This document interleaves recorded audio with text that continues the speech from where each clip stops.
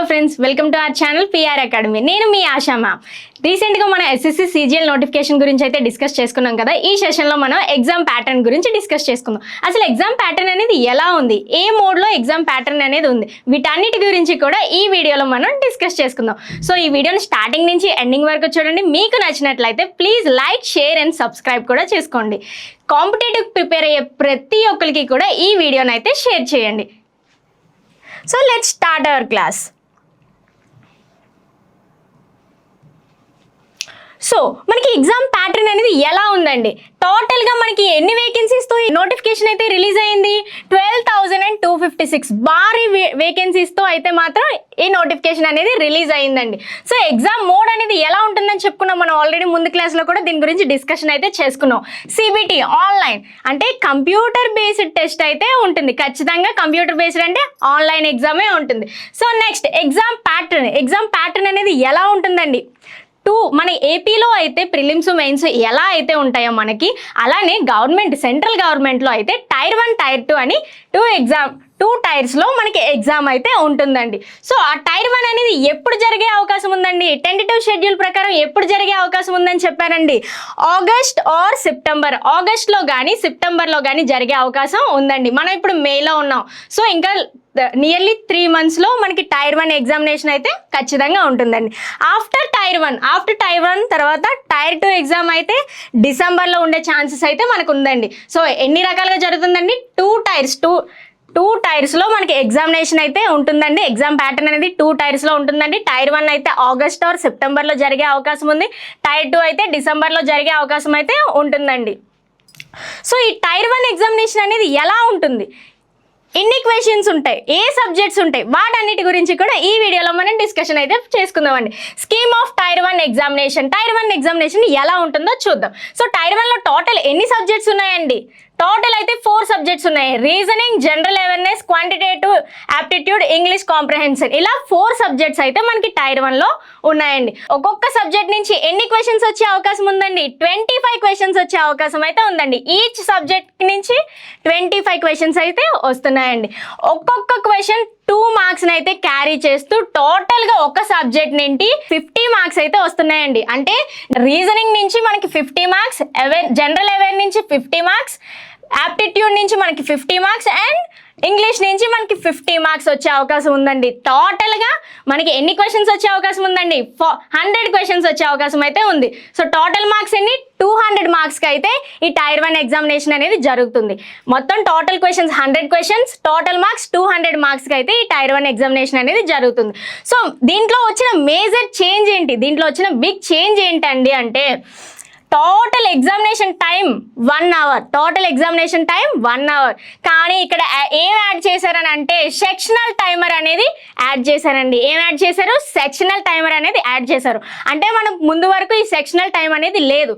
So ఈ నోటిఫికేషన్కి వచ్చేసరికి సెక్షనల్ టైం అనేది యాడ్ చేశారండి. అంటే ఈ రీజనింగ్ అనే సబ్జెక్ట్ని నువ్వు ఈ 25 క్వశ్చన్స్ని కూడా 15 minutesలో కంప్లీట్ చేయాలి. ఖచ్చితంగా నువ్వు ఆ 15 minutesలో ఆ సబ్జెక్ట్ని, ఆ యొక్క క్వశ్చన్స్ని నువ్వు ఖచ్చితంగా కంప్లీట్ చేయాలి. లేదు అంటే అది అక్కడితో స్టాప్ అయిపోయి నెక్స్ట్ వేరే సబ్జెక్ట్కి అయితే చేంజ్ అనేది వచ్చేస్తుందండి. ఆటోమేటిక్గా ఆ టైం అనేది అయిపోయిన వెంటనే వేరే సెక్షన్కి వెళ్ళిపోతుంది ఆటోమేటిక్గా. సో ముందు వరకు మనకి అలా లేదండి. సో ఈ ఇయర్ మేజర్ చేంజ్ ఏంటి అని అంటే ఈ సెక్షనల్ టైం అనేది ఇంక్లూడ్ చేశారండి. సో మీ ప్రిపరేషన్ అనేది చాలా ఫాస్ట్గా మాత్రం ఉండాలి. సెక్షనల్ టైం బట్టి మీ ప్రిపరేషన్ అనేది చూసుకోండి. So next one, tier 1 exam అనేది ప్యూర్లీ క్వాలిఫైయింగ్ ఎగ్జామ్ అండి. ఈ టైర్ 1 ఎగ్జామ్ అనేది ప్యూర్లీ క్వాలిఫైయింగ్ ఎగ్జామ్. అంటే నువ్వు ఖచ్చితంగా ఈ టైర్ 1 ఎగ్జామ్ని క్వాలిఫై అయితేనే నువ్వు టైర్ 2లోకి వెళ్తావు. కానీ ఈ టైర్ 1లో వచ్చిన మార్క్స్ అనేవి మనకి టైర్ 2లో ఇంక్లూడ్ అయితే అవ్వండి. ఇది జస్ట్ క్వాలిఫైయింగ్ నేచర్ ఎగ్జామ్ అండి. ఖచ్చితంగా నువ్వు టైర్ 1 పాస్ అయితే, క్వాలిఫై అయితే నువ్వు ఖచ్చితంగా టైర్ 2 ఎగ్జామ్కి వెళ్తావండి, ప్రమోట్ అవుతారు. సో టోటల్ ఎన్ని మార్క్స్ కానీ చెప్పుకున్నామండి? 200 మార్క్స్. టోటల్ మార్క్స్ ఎన్ని? 200 మార్క్స్. టోటల్ క్వశ్చన్స్ 100 క్వశ్చన్స్ అయితే టోటల్ క్వశ్చన్స్. ఎగ్జామినేషన్ టైం ఎంత? 1 అవర్ టైంలో అయితే నువ్వు ఈ 100 క్వశ్చన్స్ని 1 అవర్ టైంలో కంప్లీట్ చేయాలి. ఆ 4 సబ్జెక్ట్స్ యొక్క 100 క్వశ్చన్స్ని ఈ 1 అవర్ టైంలో అయితే మీరు ఖచ్చితంగా కంప్లీట్ చేసుకోవాలి. సో హియర్ ఇక్కడ వచ్చిన బిగ్ చేంజ్ ఏంటండి, సెక్షనల్ టైం అనేది యాడ్ చేశారు. ఏం యాడ్ చేశారండి, సెక్షనల్ టైం అనేది యాడ్ చేశారు. The sectional time for each subject is 15 minutes. అంటే 1 అవర్లో ఒక్కొక్క సబ్జెక్ట్కి ఎంత టైం అయితే అలికేట్ చేశారండి, 15 minutes టైం అయితే అలికేట్ చేశారండి. ఒక్కొక్క సబ్జెక్ట్కి 15 minutes టైం అయితే అలికేట్ చేశారు. సో నెగిటివ్ మార్క్స్, ప్రతి కాంపిటేటివ్ ఎగ్జామ్కి నెగిటివ్ మార్క్స్ అయితే ఉంటాయి కదా. సో దీని టైర్ 1 నెగిటివ్ మార్క్స్ ఎంత అండి అని అంటే 0.5. అంటే ఒక క్వశ్చన్కి 2 మార్క్స్ అయితే అందులో నెగిటివ్ మార్క్స్ వచ్చి 0.5 అనమాట. సో నెగిటివ్ మార్క్స్ రాకుండా చూసుకోండి 0. ఎందుకంటే మనకి మార్క్స్ అనేవి చాలా ఇంపార్టెంట్ కాబట్టి నెగిటివ్ మార్క్స్ అనేవి రాకుండా మాత్రం మనం చూసుకోవాలి. సో నెక్స్ట్ టైర్ 1 క్వాలిఫై అయిన వాళ్ళు మాత్రమే ఈ టైర్ 2కి ప్రమోట్ అవుతారండి. సో ఈ టైర్ 2 ఎలా ఉంటుంది, టైర్ 2 గురించి ఇప్పుడు మనం డిస్కస్ చేసుకుందాం. టైర్ 2లో మనం ఇప్పుడు పేపర్ 1 గురించి మనం మాట్లాడుకుందాం. పేపర్ 1లో సెక్షన్ 1కి సంబంధించి ఏ సబ్జెక్ట్స్ ఉంటాయండి, mathematical abilities, reasoning and general intelligence. ఈ 2 సబ్జెక్టుల నుంచి మనకి టోటల్గా అయితే 60 క్వశ్చన్స్ వస్తాయండి.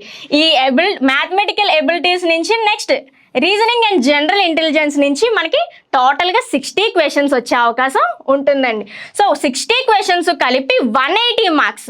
అంటే ఒక్కొక్క క్వశ్చన్ ఎన్ని మార్క్స్ క్యారీ చేస్తుందండి, ఈచ్ క్వశ్చన్ క్యారీస్ 3 మార్క్స్. ఒక్కొక్క క్వశ్చన్ 3 మార్క్స్ని అయితే క్యారీ చేస్తుందండి. సో సేమ్ టైర్ 1 ఎగ్జామ్ లాగే ఇక్కడ కూడా సెక్షనల్ టైం అనేది ఇంక్లూడ్ చేశారు. ఏమి ఇంక్లూడ్ చేశారు, సెక్షనల్ టైమింగ్ అనేది ఇంక్లూడ్ చేశారు. So each section carries 30 minutes. అంటే ఈచ్ సబ్జెక్ట్కి ఇక్కడ 30 minutes టైంని అయితే అలికేట్ చేయడం జరిగింది. సో ఈ 2 సబ్జెక్ట్స్ని నువ్వు 1 అవర్లో ఫినిష్ చేయాలి. సో ఈ సబ్జెక్ట్కి 30 minutes, ఈ సబ్జెక్ట్కి 30 minutes అయితే అలికేట్ చేయడం జరిగిందండి. కొంతమంది PH స్పెషల్ కేటగిరీ వాళ్ళు ఉంటారు కదండి, వాళ్ళ కోసం ఎక్స్ట్రా టైమింగ్ అయితే యాడ్ చేశారండి. ఎక్స్ట్రా టైమింగ్ అంటే ఈచ్ సబ్జెక్ట్కి వాళ్ళు 5 minutes ఎక్స్ట్రా టైమింగ్ అయితే యాడ్ చేశారు. స్పెషల్ కేటగిరీస్ వాళ్ళకి, PH వాళ్ళ కోసం యాడ్ చేశారండి. సో నెక్స్ట్ సెక్షన్ 1లో మనం చూసుకున్నాం కదండి 180 మార్క్స్కి. మరి సెక్షన్ 2లో ఏముంటాయండి సబ్జెక్ట్స్ అంటే English language and comprehension. English ఉంటుందండి, నెక్స్ట్ జనరల్ అవేర్నెస్ కూడా ఉంటుంది. సో ఇంగ్లీష్ అనేది 45 క్వశ్చన్స్ వస్తాయండి. ఇంగ్లీష్ నుంచి 45 క్వశ్చన్స్ అనేవి వస్తున్నాయి.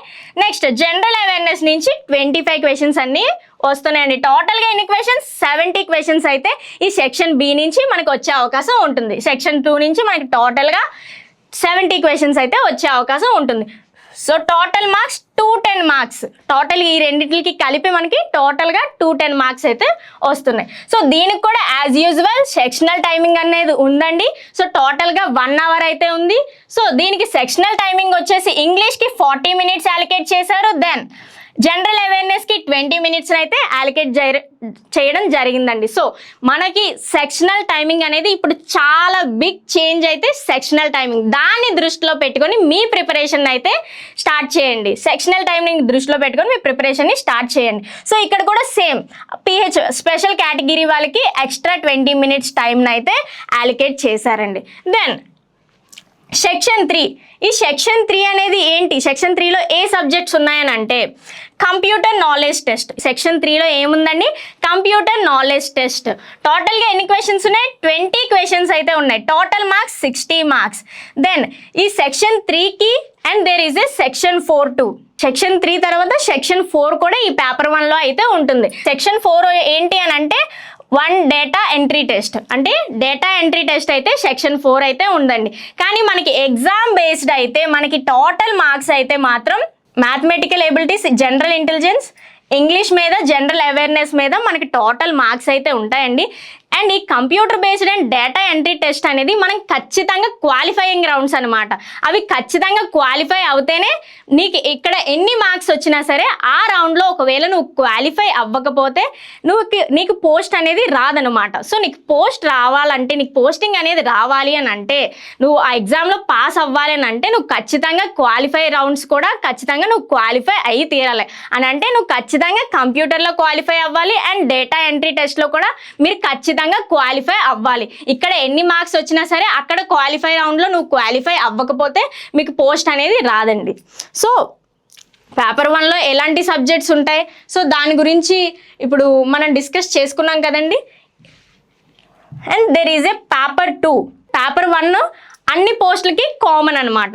సో ఈ పేపర్ 2 అండ్ పేపర్ 3 అనేది కొన్ని స్పెసిఫిక్ పోస్టులు అండి. స్పెసిఫిక్ పోస్టులు అంటే జేఎస్ఓ అని చెప్పుకున్నాం నిన్న. కొన్ని స్పెషల్ పోస్టులు ఉన్నాయి, వాటికి అప్లై చేసుకుని నిన్నటి వీడియో కనుక మీరు చూసుంటే నేను చెప్పాను ఆల్రెడీ. స్పెషల్ పోస్టులు అనేవి ఉన్నాయి, దానికి అప్లై చేసుకుంటే కొన్ని స్పెషల్ క్వాలిఫికేషన్స్ ఉండాలి అని చెప్పుకున్నాం కదా.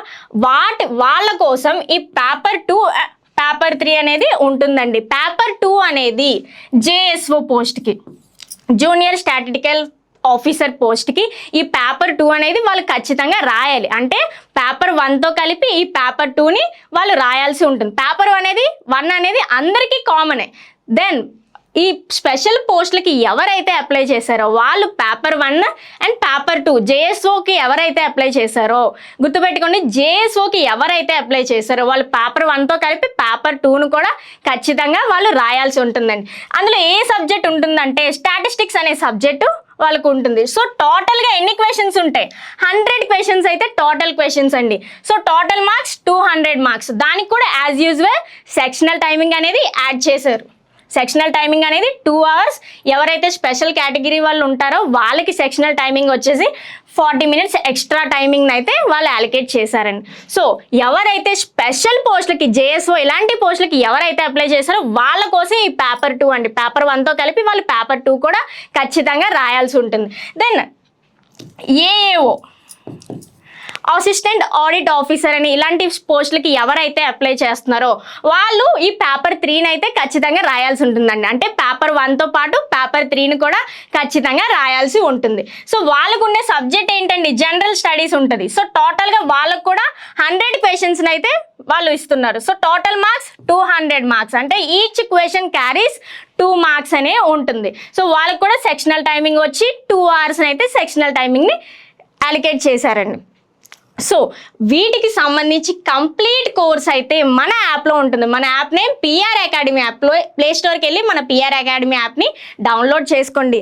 ఎస్ఎస్సి సిజిఎల్కి సంబంధించి కంప్లీట్ కోర్స్ అయితే మన యాప్లో ఉందండి. Arithmetic, reasoning, English, computer, general awareness ఈ ఎస్ఎస్సికి సంబంధించి మొత్తం కంప్లీట్ కోర్స్ అయితే మన యాప్లో ఉంది.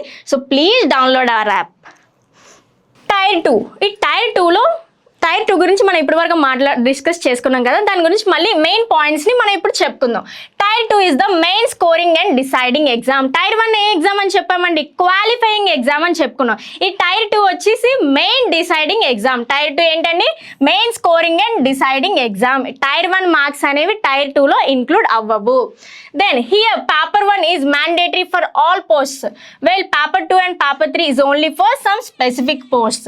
Paper 1 అనేది అన్ని పోస్టులకు కూడా కామన్. పేపర్ 2 అండ్ పేపర్ 3 అనేది ఎవరైతే స్పెషల్గా స్పెసిఫిక్ పోస్టులకి అప్లై చేసేవారో లైక్ జేఎస్ఓ, లైక్ ఏఏఓ ఆ పోస్టులకు మాత్రం పేపర్ 2 అండ్ పేపర్ 3 అనేది పేపర్ 1తో కలిపి వాళ్ళు ఖచ్చితంగా రాయాల్సి ఉంటుందండి.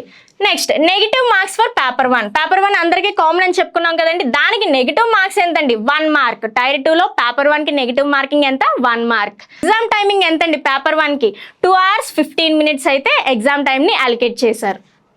Here there is a sectional timer for each subject. మనకి ఇక్కడ వచ్చిన మేజర్ చేంజ్ ఏంటండి?